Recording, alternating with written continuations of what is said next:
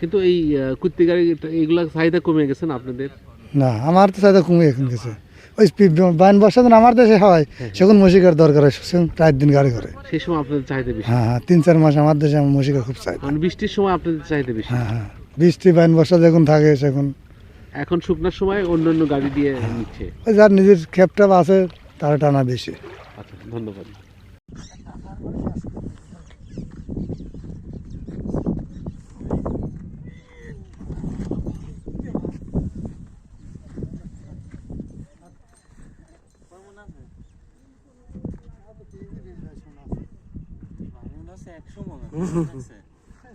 অনেক ভিজা তো।